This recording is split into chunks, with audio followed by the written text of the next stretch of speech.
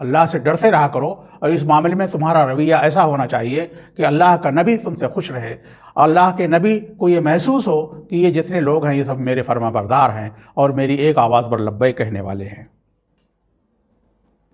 پھر اسی تسلسل میں اللہ تعالیٰ فرما رہا ہے کہ اللہ کے نبی کے سامنے اپنی آواز کو اونچی نہ کیا کرو، ہلکی آواز میں آپ سے گفتگو کیا کرو۔ اور جو لوگ ایسا کرتے ہیں وہ اس بات پہ خوش ہو جائیں کہ اس کا مطلب یہ ہے کہ اللہ تعالیٰ نے ان کے دلوں میں کا امتحان لے لیا ہے، یعنی ان کے دل اس لائق ہیں کہ اب ان پر کوئی بوجھ ڈالا جائے تو اس کو وہ برداشت کر لیں گے، اس کو وہ پاس کر لیں گے، اس میں وہ کامیاب ہو جائیں گے۔ امتحان اللہ قلوبہم للتقوی، تقوی کے لیے ان کے دلوں کا امتحان لے لیا ہے، یعنی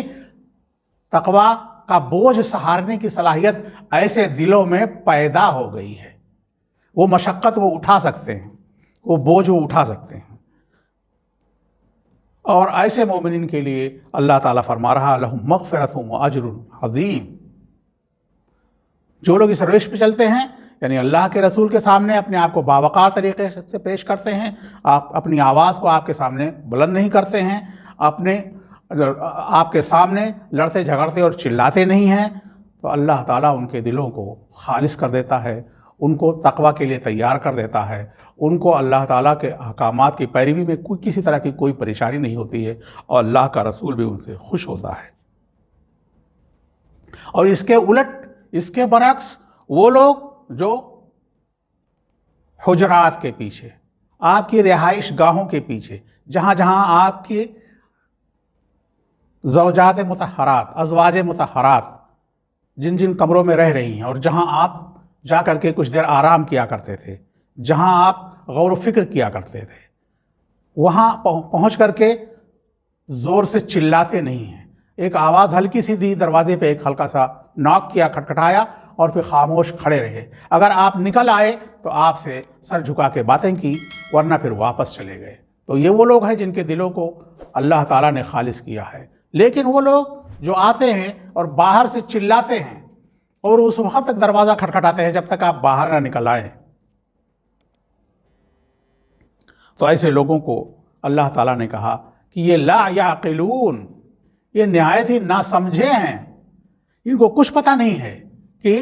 سمجھ کیا ہوتی ہے، انہیں کچھ پتہ نہیں ہے کہ قیادت کا احترام کیسا ہوتا ہے، انہیں کچھ پتہ نہیں ہے کہ ان کا قائد، ان کا رہبر اس وقت کس فکر میں مبتلا ہے، کس سوچ میں مبتلا ہے، کس ذہنی تطابق میں مبتلا ہے کہ وہ تھوڑی دیر کے لیے اپنے آپ کو سمیٹ کے پھر باہر آئے، اور ایسے میں دروازہ بڑبڑائے جا رہا ہے، وہ زور سے چلائے جا رہا ہو، تو اس پر اللہ تعالیٰ نے ان کو تنبیہ کی اور یہ فرمایا کہ یہ نہایت ہی بے عقلی کی بات ہے اگر کوئی ایسا کرتا ہے۔ ہاں، اگر یہ صبر کرتے رہتے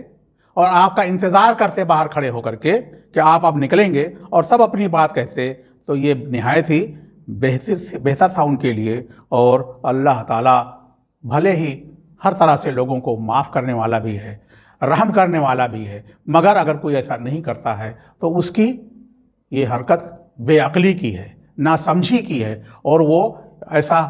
اس لیے کر رہا ہے کہ اسے اس درجے کا، اس مرتبے کا پتہ نہیں ہے جو اللہ کے رسول کا اللہ کے پاس ہے، مومنین کے درمیان ہے، اور مومنین کے دلوں میں جو احترام ہونا چاہیے اس کو خبر نہیں ہے، اسی لیے وہ شخص اس طرح کی حرکت کر رہا ہے۔ اللہ تعالیٰ نے اس پہ تنبیہ فرمائی۔ یہ وہ 5 آیتیں ہیں جو اللہ کے رسول کے درجے کو، مومنین کو آپ کے ساتھ کیسا معاملہ کرنا چاہیے اس کو بیان کرتی ہیں، اور اسی میں اپنے ایمان کو سہیجنے کی، تقوی کے راستے کو پا لینے کی، اور معاشرے میں اپنے قائد کے درجے کو محسوس کرنے کی تربیت دی گئی ہے۔ وآخر دعوانا الحمدللہ رب العالمین۔